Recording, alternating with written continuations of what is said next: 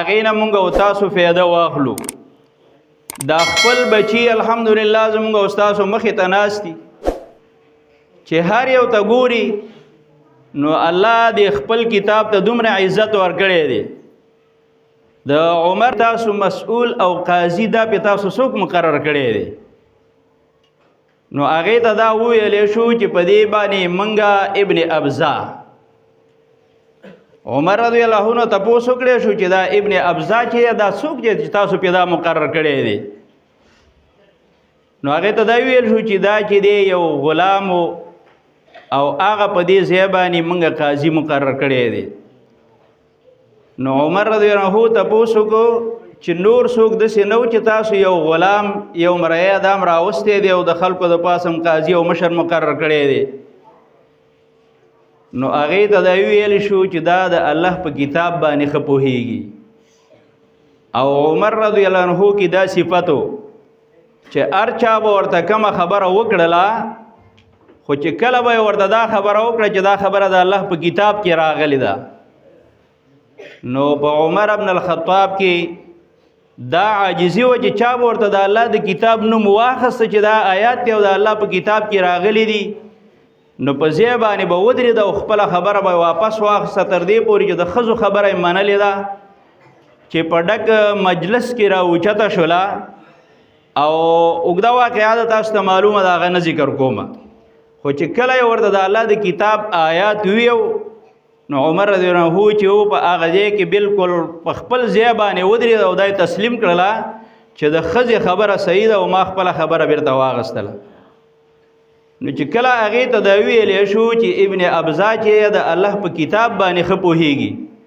د دې د وجې نه په دې ځای باندې هغه مسئول او مشر مقرر کړی شوی دی. نو په خپله عمر رضی الله عنه چې دا حدیث د هغې نه روایت هم دی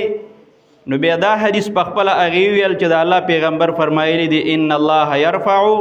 بهذا الکتاب اقواما ویضع به آخرین.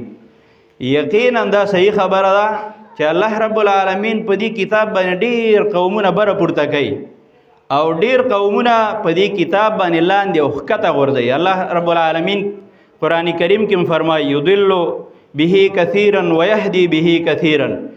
ډېر خلک چې په دې کتاب باندې ګمراه کوي چې څوک د دې عمل په دې کې کم حکم راغلی او هغه عملي نه کي نو هغه سړی چې دی په دې باندې ګمراه کیږي. او ډېر خلک چې دی الله په دې باندې هدایت ته رسوي چې کله په دې کتاب باندې عمل وکړي دا راولي او د ځان سره یې نږدې کړي نو رب العالمین ورته په دې کتاب باندې بیا هدایت کوي. نو دا واړه ماشومان چې زمونږ استاسو ته مخامخ ناست دي نو هر یو ته چې وګوري چې د الله کتاب یې لوستلی دی او د الله د کتاب سره ځان یو ځای کړی دی نو کوم ځای کې چې وګوري د وړاندې ځای نه به د یو قاري پته لګېږي چې یاره دې خامخا که څوک یې پېژني نو خو د هغه ځای نه به ورته اواز کوي قاري صاحب. دا ولې دې کې د الله د کتاب د نورانیت دا په دې کې راغلی دی چې هغې ورته په دې خپله سینه کې ځای ورکړی دی نو رب العالمین د هغې د کتاب دا نښې چې دی دا په دې مخ کې ورته راښکاره کړي دي دی په دې بدن کې ورته راښکاره کړي دي. یو حدیث بل ویمه د قیامت په ورځ باندې چې یو سخته ورځ ده په دې سخته ورځ باندې به د الله پیغمبر ووایي چې په دې کې به دا ټول مخلوق انسانان د الله په نیز باندې ولاړي هېڅوک به د خپل ځای نه قدم پورته کولی نه شي. نو د الله پیغمبر وفرمایل زه به په دې ټول دومره خلقو کې به خپل امت چې دا به پکې پیژنم. صحابه و تپوس وکړه د الله پیغمبره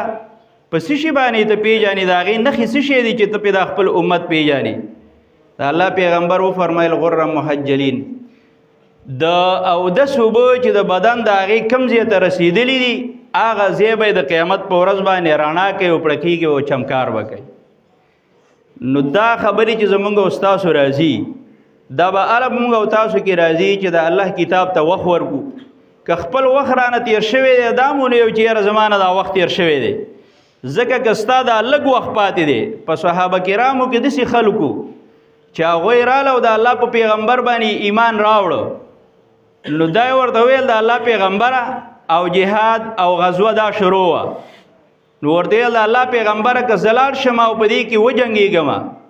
او ما ته مرګ راشي نو زه به په کوم ځای کې یم؟ ګوره په همدغه ساعت باندې ایمان راوړی دی. د الله پیغمبر ورته ویل چې تا ایمان راوړه او تلاړې او ته د کفارو سره مخامخ شولې او د دشمن مقابله کې هغه راپاڅېده او ته یې شهید کړې او ته یې ووجلې نو ته به په جنت کې دا صحابي چې ووایي کجوري په لاس کې وي او دا کجوري په خپل ځای باندې وغورځولې چې په دې باندې خو ډېر وخت تېرېږي چې زه دا خورم او بیا لګی مذهبي جهاد ته ځم او غزا ته ځم بلکې هغه په دې ځای باندې وغورځولې او لاړه د جهاد میدان ته روان شو او چې هلته ورته ورغې د کفارو سره تر هغه پورې جنګ وکړو چې تر څو پورې پکې شهید شو د الله پیغمبر ورته وخندل بخ بخ څه خوشحالي ده د هغه سړي دپاره چې لږ وخت یې زما سره تېر کو د دې لږ وخت په مقابل کې ورته الله جنت هغه غوره ماڼۍ دې ته ورکړل دا ټول دین که مونږ او تاسو په خپل ځان کې لږ وخت هم وله ورکو خو دا لږ وخت چې دی زمونږ او ستاسو به د هغه ابدالابد زندګۍ دپاره ډېر زیات قیمتي کېږي نو په کار دا ده که مونږ او تاسو باندې خپل وخت تېر شوی دی چې خپل بچی د لاس نه راونیسو جومات ته یې راولو اول ور د مانځه عادت جوړ کړو او بیا یې راولو د قاري صاحب سره او د مولوي صاحب سره یې کښېنو چې دې ته مونځ یاد کړه او دې ته سبق یاد کړه او دې ته د الله کتاب یاد کړه دا مشهور حدیث دی تاسو به دا اورېدی چې د قیامت په ورځ باندې به الله رب العالمین د الله د کتاب د حافظ مور او پلار راولي هغه به وله راولي یو تاج به وله ور په سر کې چې هغه تاج به داسي چې د نور نه به د هغې رڼا زیاتی نو تپوس وکړی شو چې دا څوک دی نو د الله پیغمبر ورته وفرمایل چې دا چې د هغه حافظ پلار دی چې چا د الله کتاب ته په خپله سینه کې ځای ورکړی او دا د هغې پلار دی نو د قیامت په ورځ باندې چې د دې نور د رڼا نه زیات پړقېدونکی تاج یې دا ورته ور په سر کړی شو او دا وله ورکړی شو نو څه فکر کوئ تاسو د هغه چا په باره کې چې هغه په خپله د الله کتاب په سینه کې واچوي دا خو د پلار دومره درجه ده نو څه فکر کوئ چې د ماشوم ته او د حافظ ته په خپله الله کومه درجه ورکوي بلکې بل حدیث کې داسې راځي چې د الله پیغمبر فرمایي چې د قیامت په ورځ باندې به الله رب العالمین هغه قاري او هغه حافظ ته وفرمایي چې د ستا منزله چې دا په جنت کې د ستا هغه مقام دی چې ته د الله کتاب چې دی د سر نه شروع کا او په دې پوړیو او په دې خپلو درجاتو باندې بره خیږه او کوم ځای کې چې تا اخري آیات ورسېد هغه ستا مقام او ستا ځای دی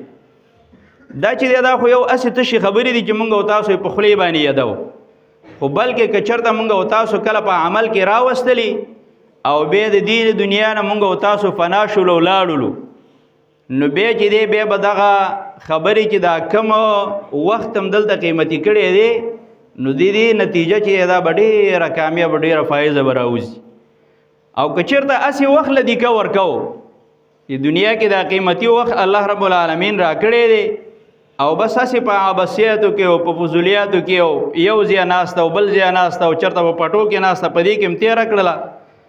نو بیا چې رانه کم تپوس کېږي چې ما تا ته یو ښایسته ځواني درکړې وه نو تا دا خپله ځواني راواستله او په هایس او په پوډرو کې او په ډیرانونو باندې تېروله نو هېڅ جواب به مونږ او تاسو سره نه نو په کار دا ده چې د جومات کې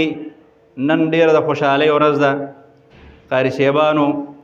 سلمان قاري صاحب طیب قاري صاحب انعام الله مولوي صاحب ټولو ته د الله جزای خیر او بدلی ورکړي چې یو چا سره هم ګوره داسې وخت نشته دی که د دنیا لحاظ ته راشو نو که وګورو همدا قاري صاحبان او دا مولوي صاحبان الحمدلله د هر چا نه په صحت باندې ښه جوړ دي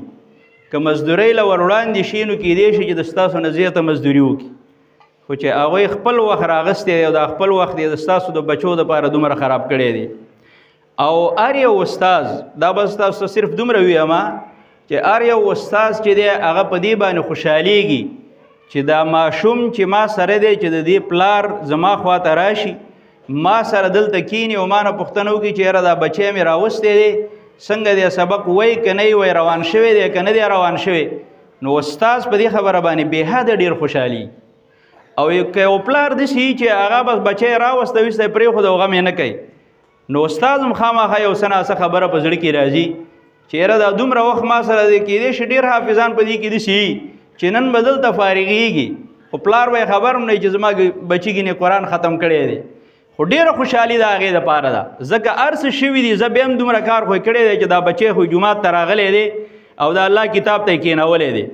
خو زه هم په کار دا دی چې مونږ او تاسو څه ناڅه د استادانو سره، د علماو سره، د دینی مجالسو سره او د الله او د الله د رسول د خبرو سره یو څه ناڅه مینه او محبت وسات. دا ټول واقعات تاسو واورېدل. صحابه کرام چې وو هغو په نورو خبرو ته جنت زیري، هغو ته په نورو خبرو باندې نه راغلي. اوس تاسو مشهوره واقعه واورېده، په بله یو خبره باندې ورته نه راغلي، صرف په دې خبره باندې چې ورته ویاله چې یاره نور خو ما سره هېڅ کوم داسې عمل نشته دی چې زه یې بیان کړم چې ما دا عمل کړی، دومره منځونه مې کړي، دومره روژې مې کړي دي، دا مې کړي، دا مې کړي، یو شی ما سره نشته، خو صرف دا یو خبر را سره شته دی چې احب الله ورسوله، د الله سره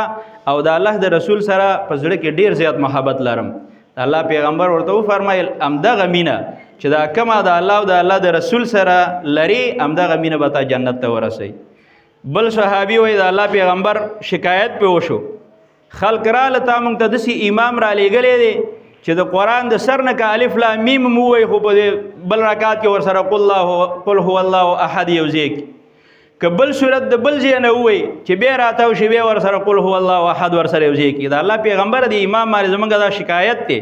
چې دا تا را لېږلی دی په هر یو رکعت کې چې دی دا خامخا قل هو الله احد وایي.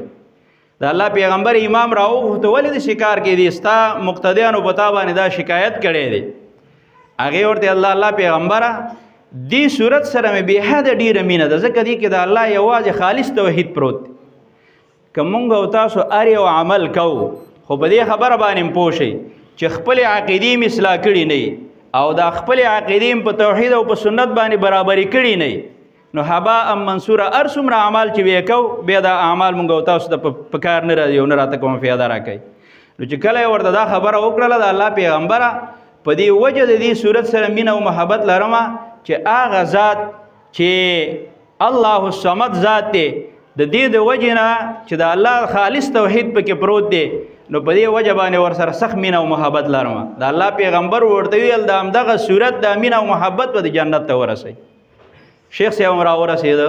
خپلو خبرو ته په دې باندې خاتمه ورکوم. کمې خبرې مې چې څو وکړلې رب العالمین دې بې ما ته هم د عمل کولو توفیق را نصیب او تاسو ته هم د الله د عمل کولو توفیق در نصیب کړي. اقول قولي هذا واستغفر الله لي ولكم ولسائر المسلمين.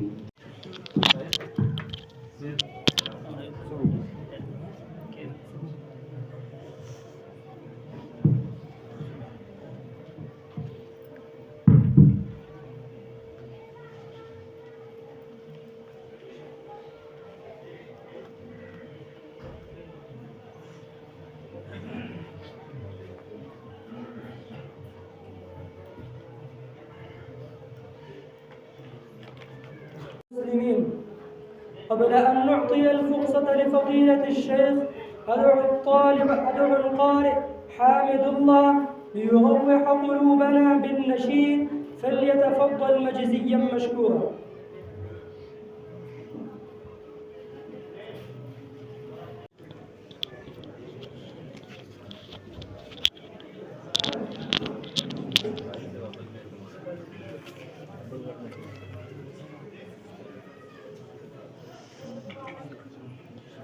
أعوذ بالله من الشيطان الرجيم. بسم الله الرحمن الرحيم. إنا أنزلناه في ليلة القدر وما أدراك ما ليلة القدر. ليلة القدر خير من 1000 شهر. تنزل الملائكة والروح فيها بإذن ربهم من كل أمر. سلام هي حتى مطلع الفجر. مینا با هم درز دکړي د ژوند قانون دی پکې، داسې اعلی کتاب دی هر رنګ مضمون دی پکې.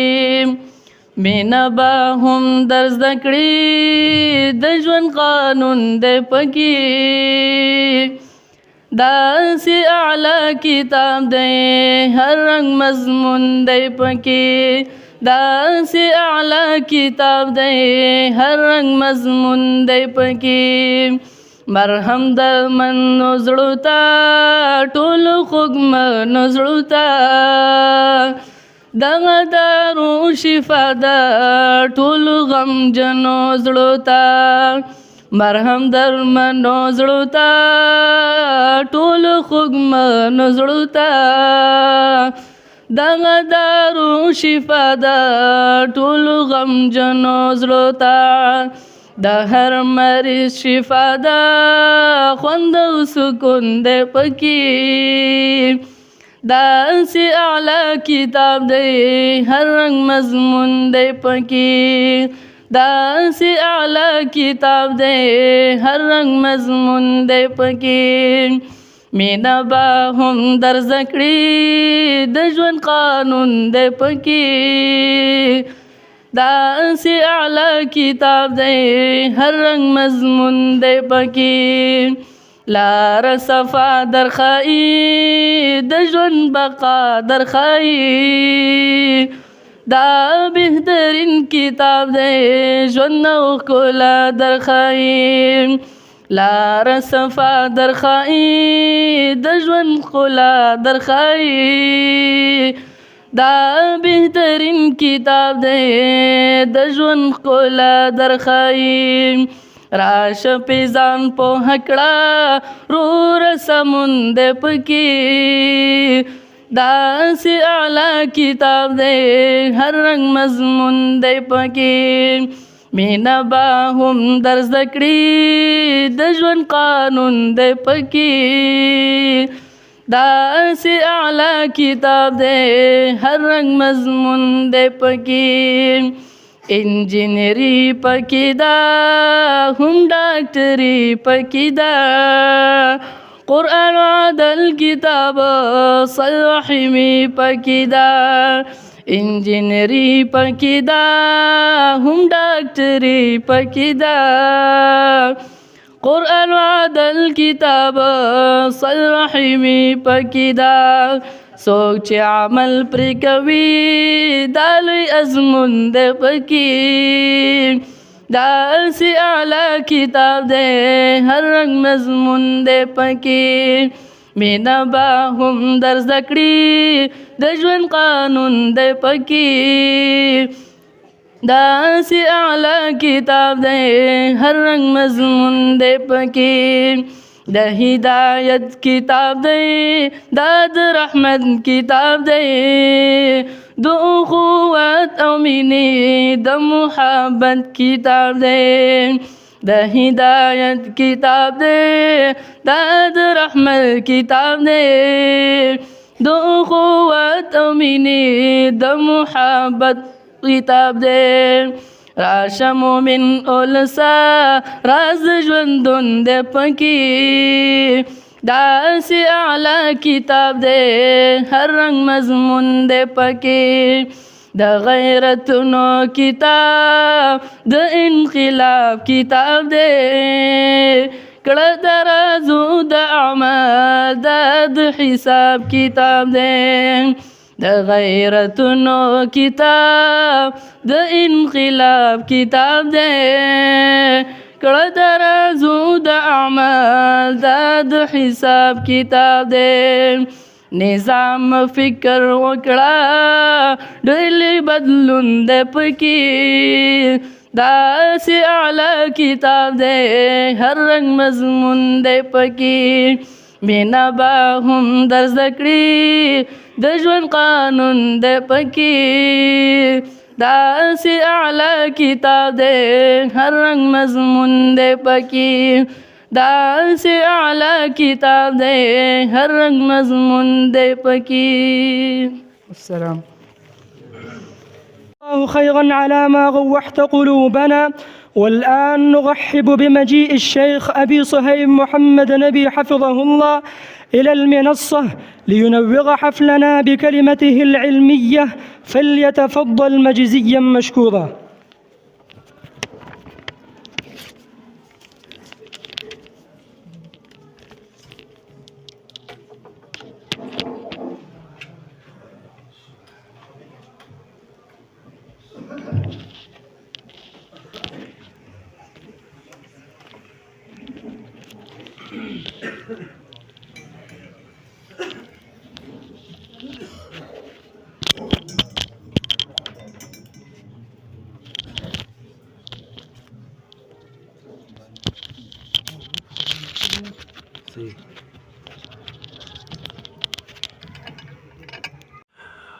إن الحمد لله نحمده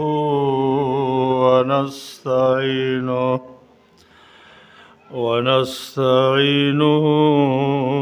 ونستغفره ونعوذ بالله من شرور أنفسنا ومن سيئات أعمالنا من يهده الله فلا مضل له ومن يضلل فلا هادي له وأشهد أن لا إله إلا الله وحده لا شريك له وأشهد أن محمدًا عبده ورسوله. يا أيها الذين آمنوا اتقوا الله حق تقاته ولا تموتن إلا وأنتم مسلمون. يا أيها الناس اتقوا ربكم الذي خلقكم من نفس واحدة وخلق منها زوجها وبث منهما رجالا كثيرا ونساء واتقوا الله الذي تساءلون به والأرحام إن الله كان عليكم رقيبا. يا أيها الذين آمنوا اتقوا الله وقولوا قولا سديدا يصلح لكم أعمالكم ويغفر لكم ذنوبكم ومن يطع الله ورسوله فقد فاز فوزا عظيما. أما بعد فأعوذ بالله السميع العليم من الشيطان الرجيم من همزه ونفخه ونفثه. إن الذين يتلون كتاب الله وأقاموا الصلاة وأنفقوا مما رزقناهم سرا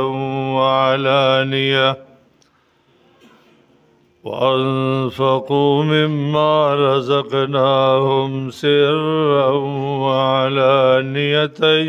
يرجون تجارة لن تبور. اللهم صل على محمد وعلى آل محمد كما صليت على إبراهيم وعلى آل إبراهيم إنك حميد مجيد. اللهم بارك على محمد وعلى آل محمد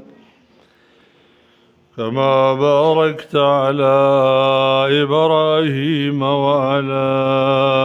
آل إبراهيم إنك حميد مجيد. د دین اسلام ډیرو قدرمنو او عزتمندو ورونو، زمن ګرانو او قدرمنو مشایخ کرامو مخکې ډیر ښکلي بیانات وکړل، چې اخرنی بیان زمون د خوږ او قدرمن ورور شیخ خان محمد حفظه الله ورعاه بنئ، چې د هغې د قیمتي بیانونو نه وروستو به نور څه وویلی شي، خو صرف د الله د راضي کولو په بنیاد چې یو انسان یو چند لحظات د دعوت په سلسله کې استعمال شي او د دغې قول مصداق سړی وګرځي چې ومن احسن قولا ممن دعا الى الله وعمل صالحا. الله دې زمونږ او ستاسو دا کېناستل د خپلې رضا دپاره وګرځوي او بیا دې رب په خپل در کې قبول کړي او د قیامت په ورځ دې الله د دې مجلس په وجه باندې موږ د قرآن په محبینو او د قرآن په خدمتګارانو کې راپاسوي. زما د اسلام قدرمنو ورونو، دنیا کې موږ او تاسو داسې تجارتونه وینو چې کې انسان ته ګټه میلاو شي. په لږ وخت کې یو انسان ډیر مال دولت وګټي، د هغې په وجه د دنیا سهولیات هغه حاصل کړي، کور واخلي، ګاډی واخلي، نور کار روزګار برابر کړي. خو داسې تجارتونه موږ لیدلی دي چې هغه سر تر پایه تاوان وکړي. کومه سرمایه چې تجارت ته وتلې ده هغه هم لاړه شي او په لکونو کروڑونو ځان پسې قرض هم راوړي. خو موږ ته رب العالمین په دې تلاوت شوي آیاتونو کې د یو تجارت ترغیب راکوي چې هغه داسې تجارت دی چې هغه بالکل تاوان نه لري او هغې ګټه ډیره زیاته ده. تاوان د هغې بالکل نشته، ځکه الله موږ ته ذمهواري راکړې ده چې لن تبور. دا داسې تجارت دی چې په دې بوار هلاکت، نقصان او تاوان نه راځي او ګټه ډیر مقدار کې زیاته ده، ځکه حد اقل یو په لس چنده باندې ګټه لري، یو په لس چنده، یو په 200 چنده باندې ګټه لري، یو په 100 لکه باندې ګټه لري، یو په 100 لکه نه بلکې بالکل حساب نه کېږي. انما یوفى الصابرون اجرهم بغیر حساب. موږ ته قرآن عظیم الشان کې الله 3 کارونه راښیي چې دا 3 کارونه وکړئ، دا داسې تجارت دی چې دا بالکل تاوان نه لري. اولنې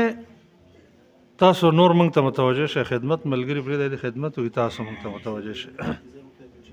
صحیح پروا نه کوي، دا ملګري دې موږ ته متوجه شي، تاسو خپل کار چې موږ ته الله د هغې رهنمایي کوي او هغه د عزت او شرف تجارت دی چې نن موږ او تاسو د کم اعزاز او شرف په نتیجه کې راټول شوي یو. هغه ښکلی تجارت دی چې زموږ د ګلالو بچیانو حاصل کړی دی. هغه عزت او شرف دی چې هغه نن د الله په فضل او د هغې نه وروستو د دې علاقې د مشایخ کرامو قرای عظامو په جد و جهد باندې زمونږ او ستاسو دې بچیانو حاصل کړی دی چې هغه د الله تبارک و تعالی کتاب د الله کلام حاصلول او د الله د کتاب تلاوت کول. زما قدرمن او عزتمند ورونو، قرآن کریم دا هغه بهترینه سرمایه ده چې کوم یو انسان د دې په فضایلو کې سوچ وکړي نو یقینا نن به د هغه انسان د خوشحالۍ انتها نه وي د کم چا بچي چې نن قرآن کریم هغه یاد کړی وي او د قرآن عزت عظمت او شرف ورته ورکولی شي. زما د اسلام قدرمنو او عزتمندو ورونو، هغه دا دی چې قرآن کریم د هدایت کتاب دی، د برکت کتاب دی، د رحمت کتاب دی، د خیر کتاب دی، شفای کامله ده. پای کې هغه علوم دي چې هغه بالکل ختمیږي، انتها یې نشته. دومره علوم، دومره فایدې، دومره حکمتونه د الله په کتاب کې شته. د هغه ښکلی او ډېر اعلی تجارت دی چې د دې تجارت انتها نشته. چې بند یې کړه دا ته بند کړه، دا پکې بند کړه، لږ ساعت دی صرف، خیر دی لږه ګرمي به برداشت کړو، دا باندې بند کړه. او تاسو لږ ساعت څخه متوجه کېنئ، لږ مختصر ورته کوي بیان دی او بیا به نور وروسته د پروګرام جاري انشاءالله. زما د اسلام قدرمنو او عزتمنو ورونو، نن دی زمونږ او ستاسو بچیانو دومره قیمتي تجارت او دومره قیمتي ګټه وکړه چې د هغې څه انتها نشته. ولې؟ ځکه د الله د کتاب یو حرف باندې انسان ته لس نیکیانې ورکولی شي. څنګه چې حدیث د عبدالله بن مسعود رضی الله عنه کې راځي، من قرأ حرفا من كتاب الله فله بكل حرف حسنة والحسنة بعشر أمثالها. چا چې د الله د کتاب نه یو حرف ولسته د هغه دپاره یو نیکي او یو نیکي په لس چنده باندې ده. وایي زه تاسو ته نه ویم چې الف لام میم یو حرف دی، بلکې الف جدا حرف، لام جدا حرف، میم جدا حرف. نو کم کس چې صرف الف لام میم قدر ته ولولي، د انسان په خپل اخروي تجارت کې 10 نیکیانې جمع کړي، 10 نیکیانې. قرآن کریم مبارک علما ذکر کوي چې صد پاسه 3 لاکه حروف دي، 3 لاکه حروف. نو یو ځل قرآن کریم ختمولو باندې انسان میلیونر جوړیږي. 10 لاکه نیکیانې د په عمل نامه کې لیکلی شي، 10 لاکه. بیا قرآن کریم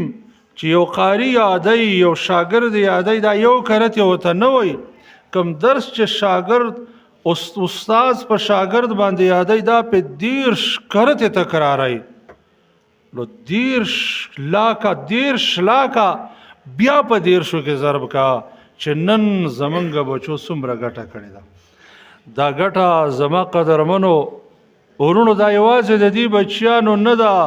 هغه والدین چې خپل بچیانو ته دا عزت او دا شرف ورکړی دی، هغې هم په دې کې شریک دي.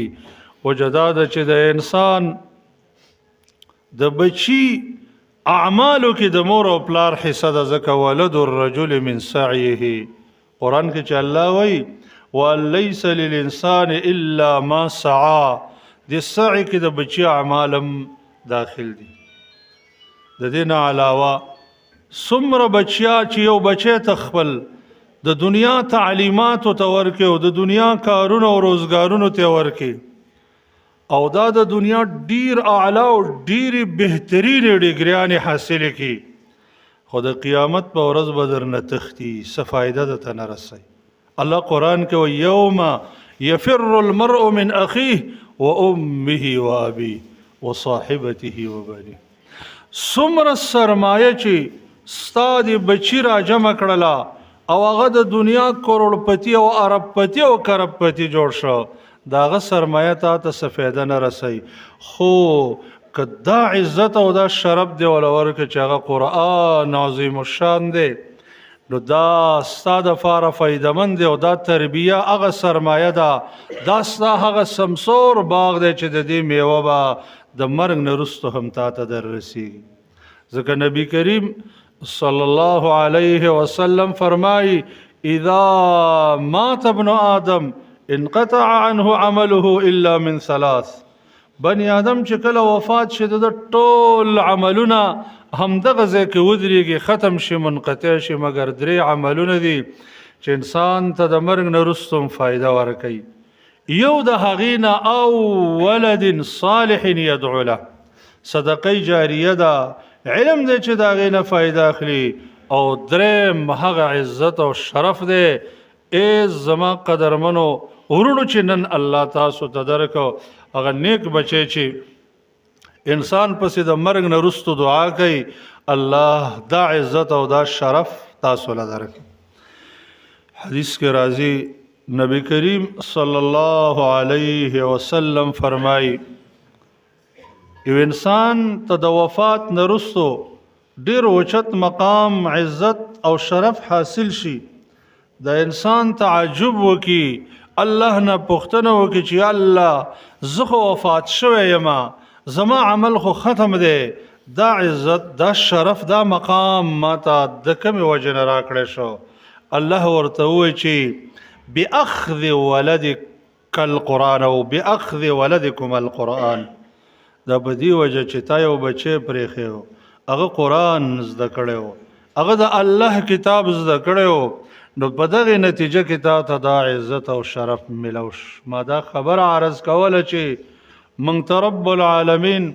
د دریو کارونو تذکره کوي چې دا داسې تجارت دی چې دا چرې تاوان نه لري چرې هلاکېږي نه چرې نقصان نه لري نو یو په هغې کې دا عزت او شرف دی د کم عزت او شرف دپاره چې موږ او تاسو را جمع شوي او زما قدرمنو مشایخو په هغې باب کې پوره خبرې وکړي دویم دا دی چې واقاموا الصلاة هغه خلک چې هغه د مونځ پابندي کوي د مونځ مونځ هم هغه تجارت دی زما خوږو ورونو چې د هغې د ثوابونو څه انتها نشته ځکه نبی کریم صلی الله علیه وسلم فرمایي چې کله یو انسان په خپل کور کې اودس وکړي او د مانځه ته را روان شي هر قدم قدم چې دی اوچتوي نو د دې انسان یو درجه اوچتېږي او هر قدم قدم چې ږدي نو د هغې په وجه یو یو ګناه رجیږي او یو نیکي په هر قدم قدم لیکلی شي اوس د دې تجارت سوچ تاسو وکئ زما خوږو ورونو چې یو سړی د مسجد په دې څنګ کې کور دی که نه هم چې مسجد ته راځي نو یو 100 قدمه بږدي او دا قدمونه یوازې د راتګ نه دي ځکه حدیث کې داسې راځي چې واپس ځیم دا قدمونه الله حسابوي او قرآن کریم کې الله رب العالمین چې فرمایي چې وآثارکم نو هغې آثارو کې دا شامل دی څنګه چې نبی کریم صلی الله علیه وسلم بنو سلمه قبیله چې مسجد نبوي څنګ ته ځایونه خالي شوي اراده یې وه چې دې ځای له راشي د الله نبي ورته وفرمیل دیارکم تکتب آثارکم تاسو تکتب آثارکم تاسو په خپلو کورونو سره لازم شي چې د مدینې نه لرې دي ځکه دا ستاسو قدمونه هر یو قدم قدم لیکلی شي نو 100 قدمه د دې انسان دپاره چې راځي او 100 چې واپس ځي نو دا 200 قدمونه 200 نیکیانې لیکل په یو مانځه باندې 200 ګناهونه رجېدل 200 درجات وچتېدل که دا عمل سړی 15 وخته مونځ 15 وخته مانځله راشي په یوه ورځ صرف د یوې ورځ مانځله راشي نو د دې انسان زر نیکیانې ولیکلی شوې زر درجات اوچت شو او زر د دې انسان ګناهونه ورجېدل زر ګناهونه د ورځې که دا عمل یو انسان یو میش جاري وساتي یو میش 10,000 د دې انسان 10,000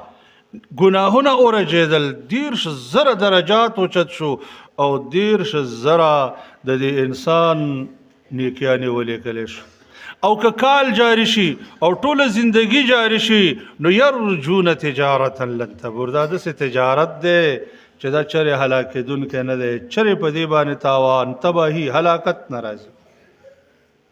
دې وجې نه زما خوږو عزتمندو ورونو مونږ او تاسو چې د دین مشران ګورو نو هغوی د دې صلات الجماعت سره ډېره مینه کړې ده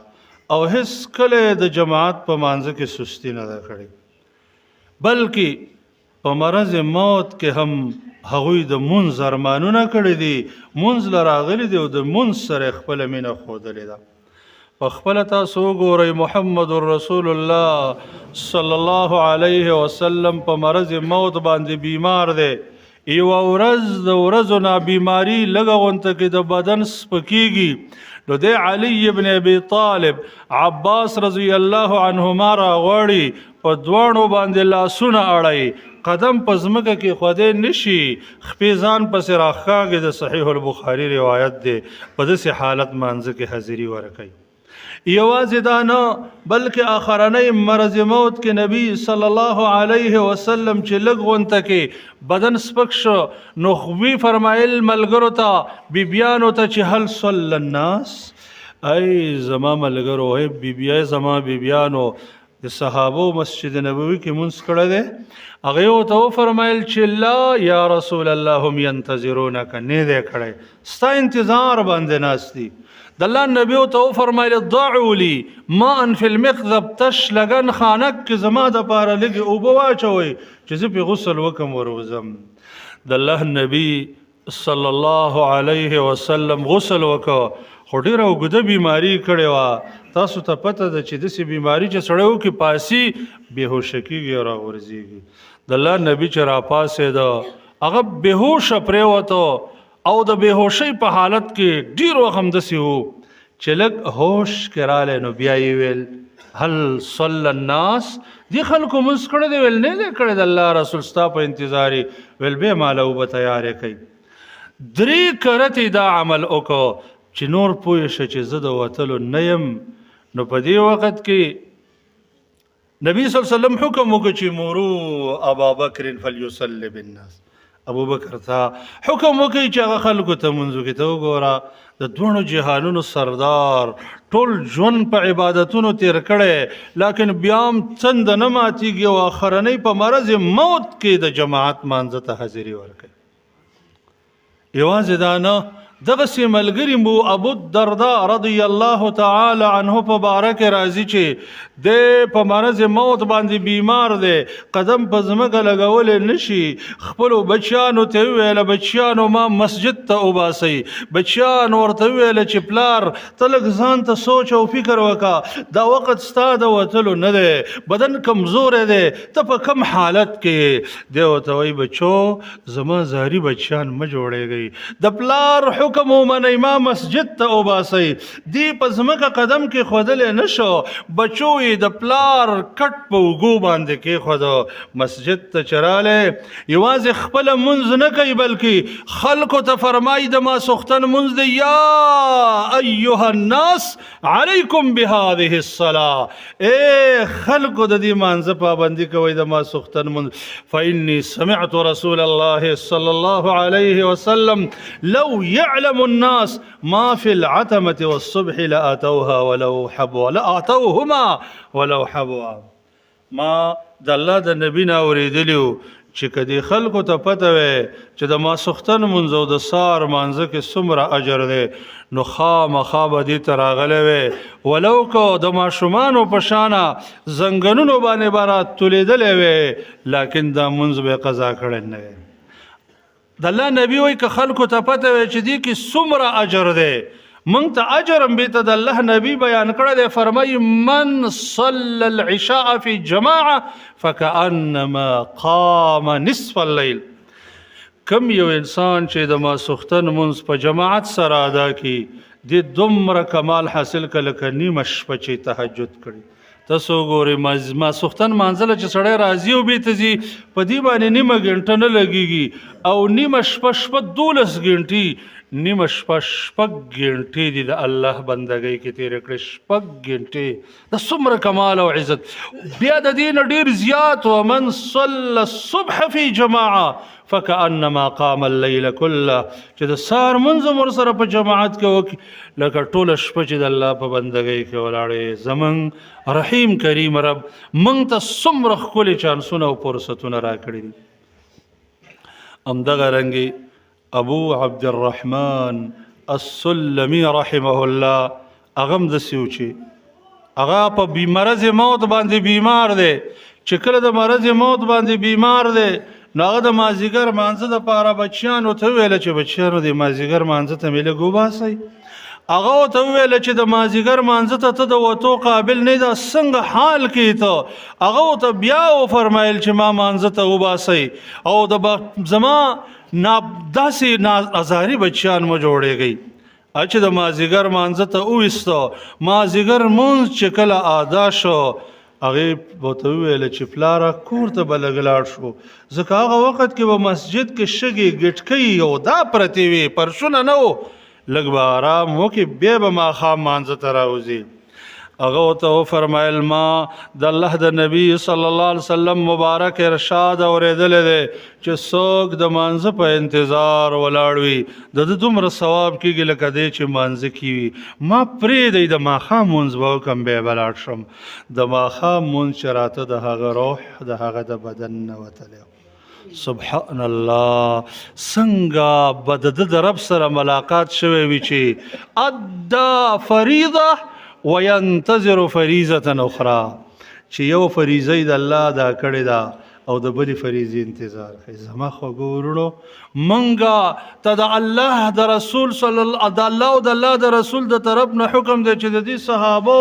او د دې دین د مشرانو دی خیر القرون قدم پسې لاړ شي هغه یو فریضه ادا کوي او د بل انتظار کوي مرګ ولا داسې راځي زموږ څه حال دی یوه کند مسلمان ته کنو او د بل انتظار کو یوه ګناه کو د بلې ګناه دپاره سوچ کو یو نقصان نه لا فارغ شوي نه یو چې د بل نقصان ژوند دې کې تېرېږي چې څنګه مسلمان پسې خبرې وکم څنګه غیبت وکم څنګه خپي ووام څنګه ذلیله کم څنګه وله کنده وکنم خیر دی ماتم دې تاوان ورسېږي خو د خپل ورور خپل عزیز د خپل د تره زوی د ماما زوی دا لږ زوروم ډېر کرت زمونږ د پښتنو معاشره داسې نه ده زما خوږو وروڼو چې موږ او تاسو ډېر تاوان به وکړو څوک رانه پوښتنه وکړي چې دا ولې دې کې دې څه مقصد وایي چاله پې زور ورکوم څوک پې ځورومه زما خوږو وروڼو مسلمان له زور ورکول مسلمان ځورول مسلمان تکلیفول خپل ایمان له زور ورکې ځان د الله په غضب کې اخته کې ځکه ښکلې صدقه د مسلمان زړه ته خوشحالي نه ایستل دي څوک چې مسلمان ته اذیت ورسوي الله په ده لعنت نازلوي او الله پې غوسه کېږي د زما خوږو وروڼو دا دویم تجارت د مانځه پابندي ده او دریم وانفقوا مما رزقناهم سرا وعلانیه کم مالونه چې الله موږ له راکړي دي دا د الله په لار کې خرچول زما قدرمنو او عزتمندو وروڼو کم مال دا مال د الله د طرف نه زموږ په لاس کې یو څو ورځې امانت پروت دی دا زموږ نه دی موږ د دې نه مخکې زموږ نه او څو ورځې وروستو چې دا د غرور زندگی په ختمېدو شي او دا سترګې په پټېدو شي بیا هم زموږ نه دی څنګه چې عبدالله ابن مسعود رضی الله تعالی عنه فرمایي وای ما منکم الا وهو ضیف وماله عاریه فالضیف مرتحل والعاریه مودات زموږ او تاسو کې یو تن نشته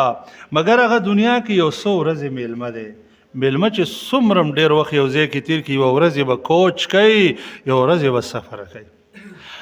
او د هغه مال د هغه په لاس کې امانت دی دا امانت به یو ځلې بېرته حقیقي مالک ته واپس کېږي خو صرف امتحان د پاره زما او ستا په لاس کې پروت دی چې موږ یې د آخرت د پاره جمع کوو ځان لی جمع کوو که نه صرف هغه مال زموږ دی چې د دې مال نه موږ په جلتۍ راواخیسته او آخرت په اکاونټ کې هم جمع کوو یو ځلې نبی کریم صلی الله علیه وسلم صحابه کرامو ته فرمای ایکم مال وارثه احب الیه من ماله. پتاسو کې څوک دی چې هغه ته د هغه وارث مال د هغه د مال نه ډیر محبوب دی؟ صحابه کرامو فرمایل موږ ټول ته خپل مالونه محبوب دي. و چې خپل مال درته محبوب دی نو خپل مال دی او پیژنا. ستا مال هغه دی چې په خپل ژوند کې دی راواخیسته او د آخرت دپاره دی خزانه کا، باقي مال ستا نه دی. ورونو دا انفاق هم داسې یو تجارت دی چې د دې بالکل اندازه معلومه نه ده. قرآن کې الله ذکر کړی دی چې دا یو په 200 چنده باندې زیاتېږي. مثل الذين ينفقون أموالهم في سبيل الله كمثل حبة أنبتت 7 سنابل في كل سنبلة 100 حبة. الله مثال ورکړي لکه یو دانه چې په ځمکه کې وکري وږي پکې راوخي او هر وږي کې سل دانې. خو ولې حدیث کې د دین هم زیاته خبره ذکر ده. محمد رسول الله صلی الله علیه وسلم فرمایي وَمَنْ ما من عبد يتصدق بعدل تمرة من كسب طيب إلا يتقبلها الرحمن في يمينه فيربيها لأحدكم كما يربي أحدكم فلوة حتى تكون أعظم من الجبل. کله چې یو انسان یو کجوره، یعنی دا انفاق یوازې د مالدار او خلکو کار نه دی، دا د مؤمن صفت دی. مؤمن به انفاق کوي. که ته ما سره مال نشته، د الله نبی موږ ته یو کجوره ذکر کوي، یو کجوره، یو ټوکړه روټۍ، بل روایت کې راځي یو ګوټ اوبه، یو ګوټ پی، دومره که چا صدقه وکړه. دې حدیث کې کجوره راغلی ده. خو حلال مال نه ګوره، حرام مال په وجه باندې الله ته تقرب نه حاصلېږي. الله رب العالمین هغه په خپل خلاص کې والی، هغه داسې د هغه داسې لویی، داسې غټی لکه تاسو چې د خپل اوښې د بچي تربیت کوئ او هغه لویېږي تر دې چې هغه د غر په مقدار باندې شي. نو تا ورکړې یوه کجوره ده، قیامت کې ستا د نیکو اعمالو په تله کې یو غر پرېوځي، یو غر. دا به څومره مزه کوي چې انسان ګور د ورځې یوه کجوره خرچه کوي، صرف یو کجوره د الله په لار خرچه کې صدقه کوي، یا 1 روپۍ، یا 10 روپۍ، یا 100 روپۍ، یا 50 روپۍ، او دا عمل جاری وساتي. والله الله یې د غر جوړ کړي او په ورځ د قیامت د دې نیکو اعمالو د تلې ته یو 1000 غرونه را روان وي. دا به څومره مزه کوي. الله رب العالمین دعا وغواړئ یو لږ غونته کې د آخرت دپاره فکرمن او غمجن شئ چې یو تجارت دی چې هغه بالکل هلاکت پې نه راځي، تاوان نه راځي، بربادیږي نه. دغه تجارت کې خپله برخه والی. رب العالمین دی منګ او تاسو له په دې باندې د عمل کولو توفیق راکړي او الله دې دا دیني مرکز قایم او دایم لري. الله دې دغه ماشومان چې قرآن زده کړی دی مزید دې د قرآن او سنت خدمت کولو توفیق الله ورکړي او الله دې د دین امامان جوړ کړي او الله دې د والدینو دپاره شفاعت کوونکي جوړ کړي او دا مسجد، دا مرکز الله دې د ټول کلي، د ټولې علاقې دپاره د رحمتونو، نعمتونو، برکتونو د راورېدلو یو سبب جوړ کړي. الله دې ته د خیر چینې روانې کړي. الله دې قایم او دایم لري. د دې مشایخو، د دې قاري صاحبانو په کوششونو کې د الله خیر او برکت واچوي. والله د قرآن او سنت مزید خدمت کولو توفیق ورکړي. اقول قولي هذا استغفر الله لي ولكم ولسائر المسلمين. اول د شیخ صاحب محترم نه چې د مصروف وخت کې موږ له ټیم راکړو او دلته راغلو، الله سبحانه وتعالی دې ولې ډېر اجرونه ورکړي. دا کوم قدمونه یې دلته ایښي، الله دې ولې میزان حسنات کې واچوي. دویم زما عزتمندو، دلته د دې مسجد تقریبا 2 کاله وشو او دا قاري صاحبان صاحبان خوارۍ نه ډېرې کوي الحمدلله. پروس کال تقریبا موږ سره 10 کسان د ناظره هغه فارغ شو. اوسه کال الحمدلله 15 کسان د ناظره دا فارغ شو او د حفظ هغه داسې چې زر نه فارغېږي انشاءالله. امید هم دی چې آینده کال کې به هغه وي او د الله سبحانه وتعالی نه ډېر شکرګزار یو چې دې وړوکې مسجد کې دومره کار روان دی. دریم زما عزتمندو، زمونږ د مسجد کې داسې دی چې قاري صاحبان ډېر دي، 4 قاري صاحبان تقریبا 15. لږ مشکلات زیات دي. یو مشکل دا دی چې دا بار زمونږ برنډه نشته دی او د سور تنظیم د قاری صاحبان په بارانه کې بهر ناسي په ګرمۍ کې بهر ناسي ډېر زیات مشکلات دي نو که چاته الله وس ورکړی یا داسې نور ملګري موږ سره د مسجد کې تعاون وکړي او خاص کر د برنډه که برنډه نه د سوري غم راله وکړي نو الله رب العالمین به له اجر ورکړي صدقه جاریه ده او نو په دې کې موږ ډېر مشکلات لرو دویم د بجلی مشکل موږ ته د شمسیانو که چاته الله وس ورکړی نو دې کې موږ سره لږ کومک وکړي بل زما عزتمندو دلته د مسجد ملګرو لږ شانتي داسې طعام تیاری کړی دی نو چې کله دستربندي وشي بهر نه کوم میلمانه راغلي نو هغه دې په همدې مسجد کې ایثار شي د هغوی دپاره موږ څه تیاری کړی کوم چې علما دي او مشران دي د هغوی دپاره یو ملګري خصوصي څه تیاری کړی نو خیر دی هغه به هلته لاړ شي باقي چې څومره ملګري دي خفه کېږي نه هغه به ټول دلته ایثار شي چې کله دستربندي وشي مسجد دی مسجد کې ګینټې اچول سیرې یا نور تصویران ایستل داسې نور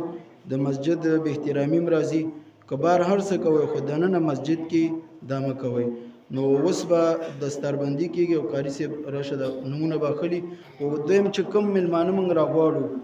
ډېر معزز میلمانه راغلي مشران راغلي خو زه تنګ دي ټول نشو راپاڅولی صرف یو څو مشران هغه به راپاڅو د ټولو په اجازه باندې نو کوم میلمانه چې راغلي دي هغه دې خفه کېږي نه بس صرف یو څو کسان راپاڅو چې دا دستربندي وشي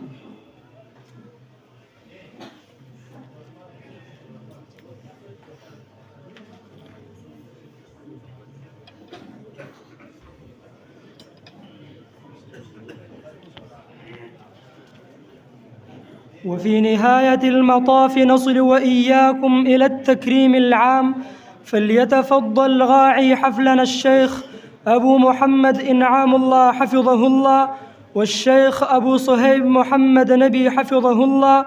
والشيخ أبو الطيب نور مالك حفظه الله والشيخ أبو عزير خان محمد حفظه الله والشيخ أبو هشام نعمة الله حفظه الله والشيخ عبد الله فوزان والشيخ عبد الحي والشيخ سعيد والشيخ خان محمد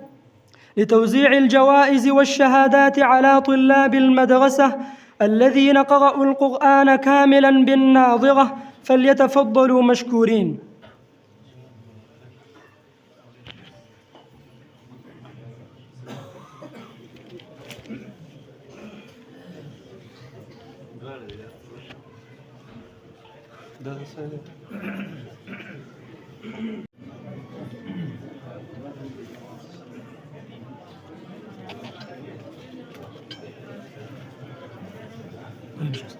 فأدعو فوحان المدرسة ومسكها فأولا أدعو الطالب محمد يوسف ابن قاري إنعام الله ومحمد أنس ابن إعجاز خان ومحمد ياسر ابن أمين خان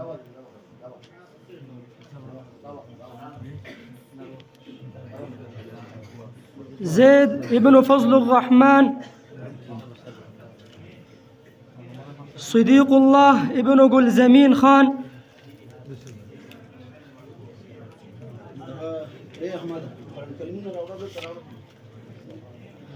محمد حمزة ابن نور محمد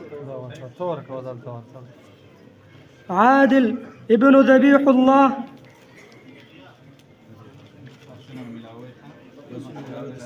مؤمن ابن محمد عثمان إسماعيل ابن عبد النصير إسحاق ابن عبد النصير محمد أيوب ابن لقمان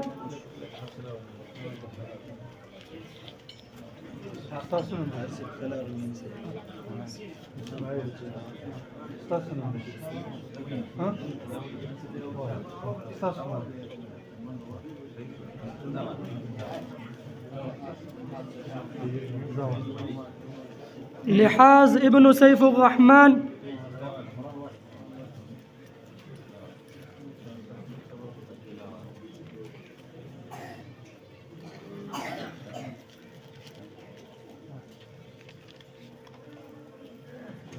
افتخار ابن عبد الصبور،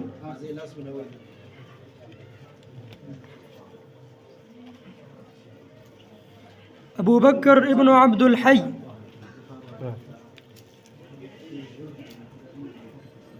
بلال أحمد ابن سلطان محمد،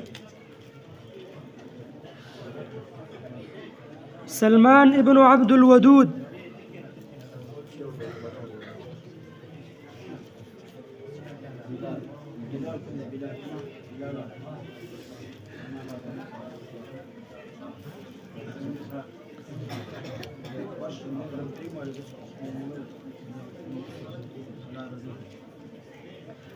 عباس ابن عبد الودود،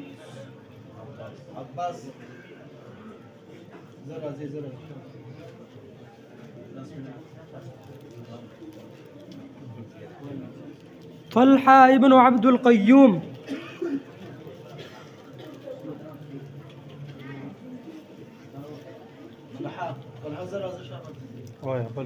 أحمد ابن جمال،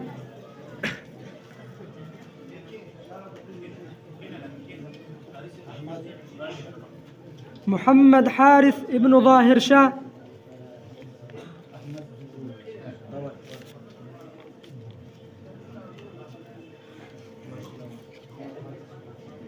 وقاس ابن حياة الله،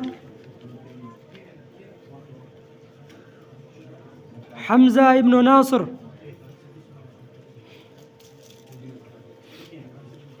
محمد ابن ذاك غلة،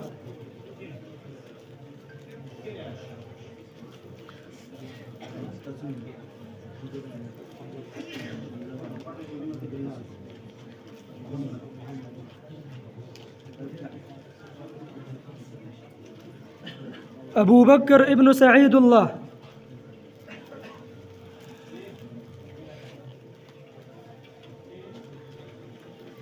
كامغان ابن نور ولي خان،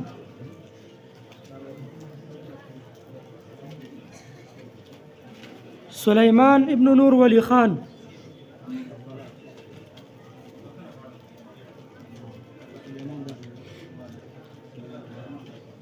ريحان ابن أمجد،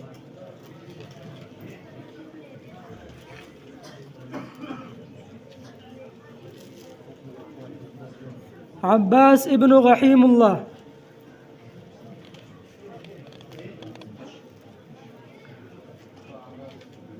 حذيفة ابن إعجاز خان،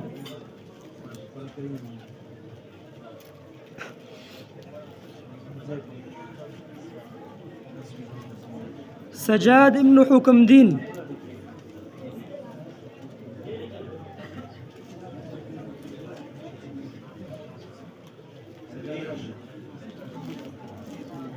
معاذ ابن نعيم الله،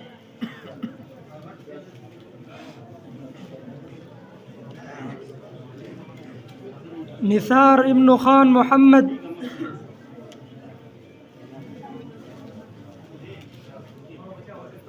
طيب الله ابن واحد الله،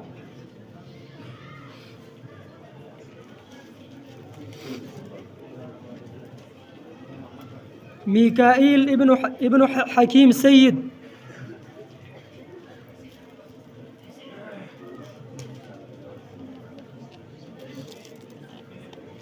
حماد ابن نوغ محمد، محمد ابن مولانا نعمة الله.